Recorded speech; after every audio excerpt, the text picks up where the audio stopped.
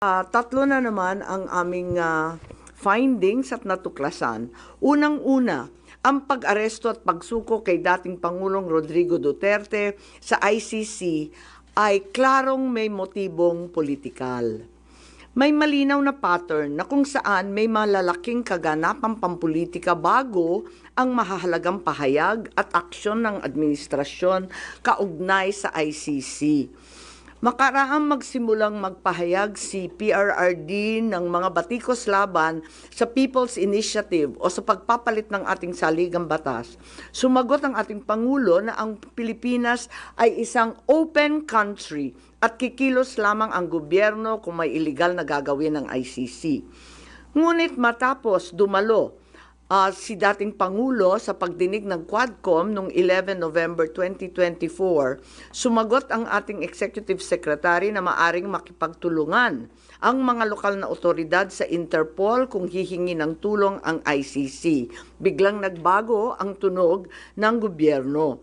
Matapos kumambyo ang ilang pro-administration congressmen tungkol sa impeachment labang kay VP Sara dahil sa napakalaking peace rally ng INC noong Enero 13, bumalikwas ang administrasyon sa pamamagitan ng pagkatha ng Oplan Tugis or Operation Pursuit sa Ingles na rineport ng New York Times kasunod ng pahayag ng kalihim ng katarungan na bukas ang administrasyon makipag-usap na sa ICC tungkol sa ilang pamamaraan ng kooperasyon.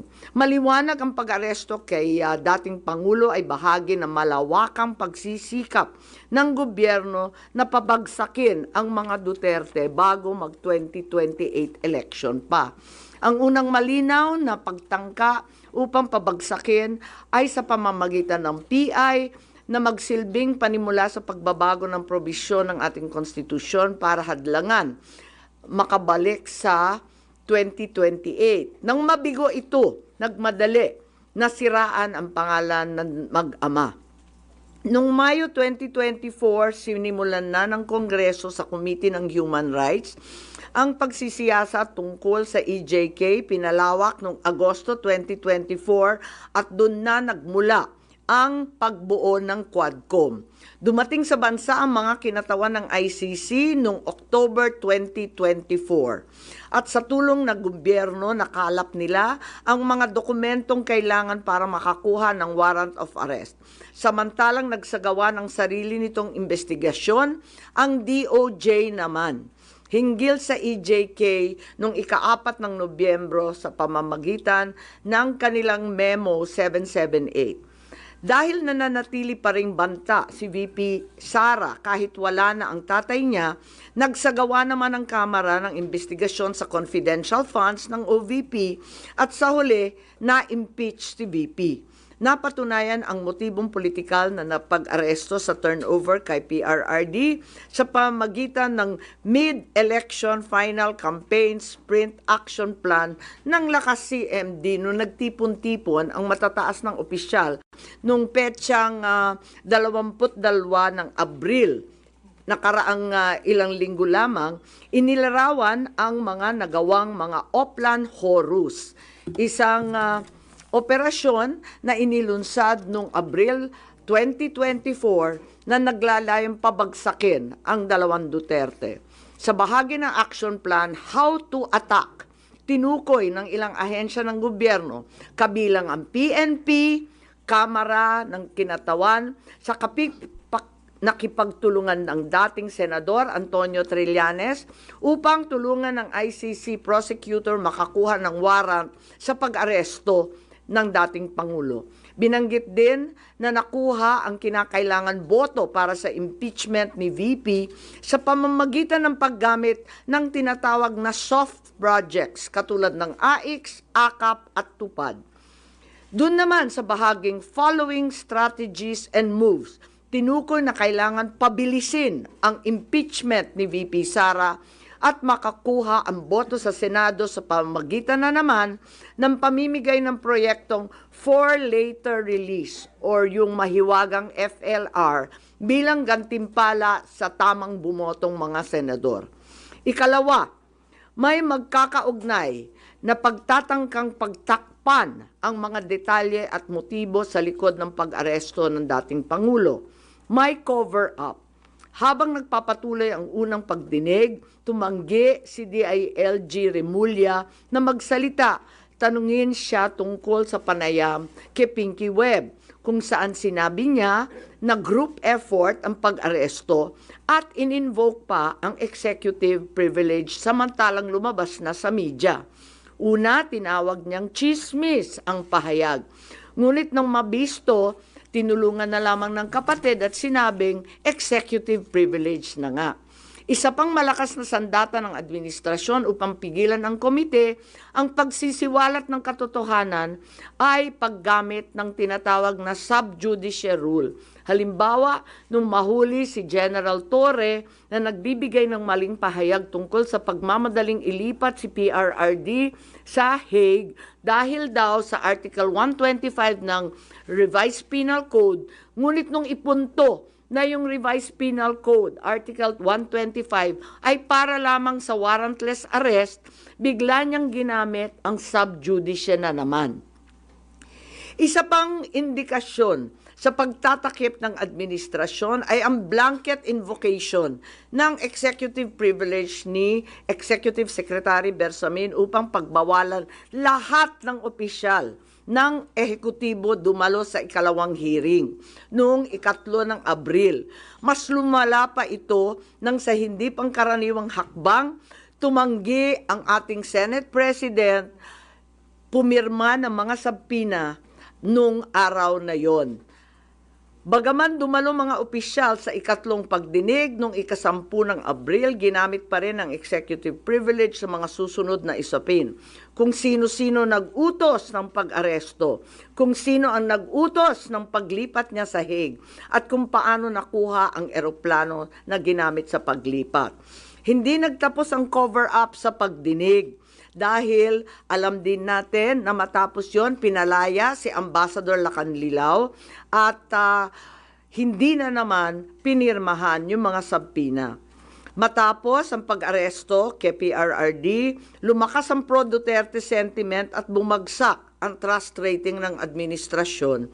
Ayon sa isang mapagkakatiwalaang source, naglunsad na ngayon ang administrasyon ng isang communication plan upang ilihis ang atensyon ng publiko patungo sa mga issue ng West Philippine Sea at di umanong disinformation ng mga tinatawag na China trolls ng kanilang embassy.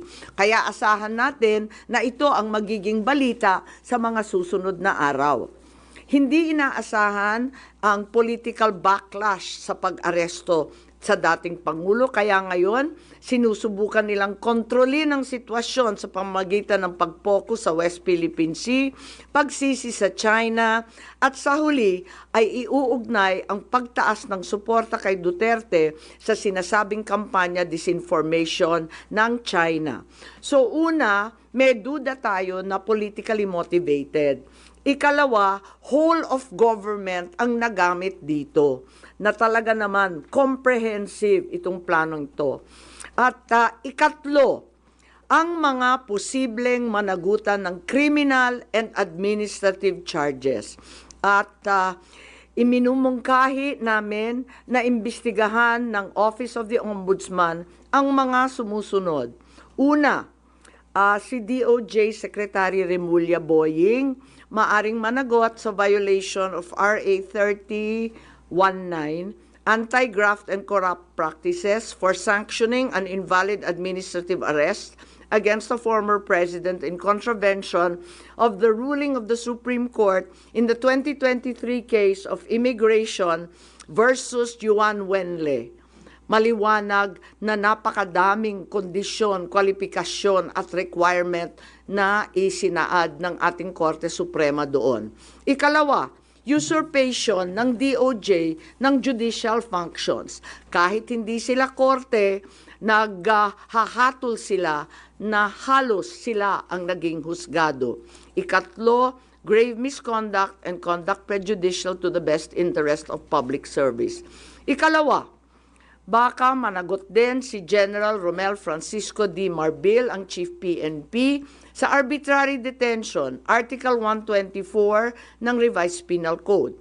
Violation of RA 3019, anti-graft and corrupt practices for inducing or persuading General Torre to perform an act in violation of laws, rules, and regulations or an offense in connection with the official duties of the latter.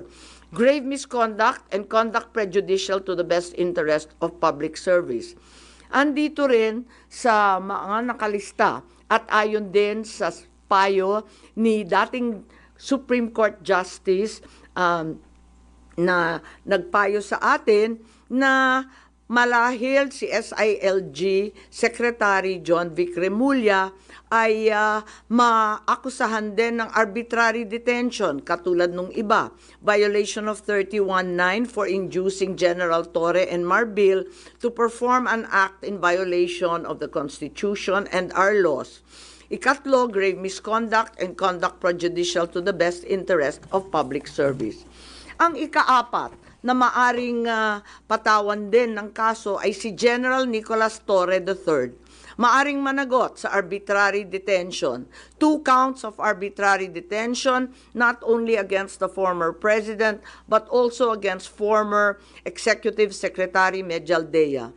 Ikalawa, violation of RA 7439 for not allowing the former president to be visited by VP Sara, both his daughter and his named counsel, and for forcing the former president's lawyers to leave him.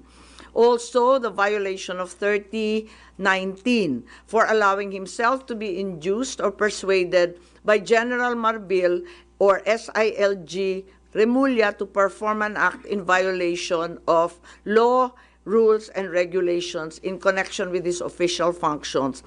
Grave misconduct and conduct prejudicial to the best interest of public service ay maaari ring ipataw laban kay General Torre. Ikalima, Ambassador Marcos V. Lacanilao. Maaring managot sa usurpation of official functions, Article 177 of the Revised Penal Code, pagsisinungaling sa ibang kaso at perjury sa ilalim ng Article 183 of the Revised Penal Code, false testimony in other cases, and perjury in solemn affirmation under Article 183 of the Revised Penal Code, at conduct prejudicial to the best interest of the service. So ito ang further findings namin. Hindi ko masara yung investigasyon kasi marami pa ring mga issue katulad ng sinong tumulong sa ICC, yung tungkol sa eroplano na nanatiling bukas at masalimuot.